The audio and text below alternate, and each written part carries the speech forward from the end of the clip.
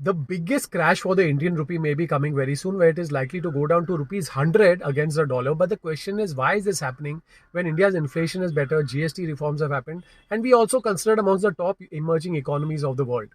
Now let's understand this with an example that all the dollars that India has are kept in a piggy bank. Now let's understand this with an example. Let's assume that all the dollars that India gets are kept in a piggy bank. One way that India gets dollars is through the exports that we do. However, India's imports have always been much higher than its exports. So every time we import something, we have to pay the dollars. And the biggest way that India gets dollars is through foreign direct investment and foreign portfolio investment, which is in the stock market. If you see the stats of 2023, we got in 1.7 lakh crores, but in 2025, we are at negative 1.4 lakh crores, a crash of over 180%.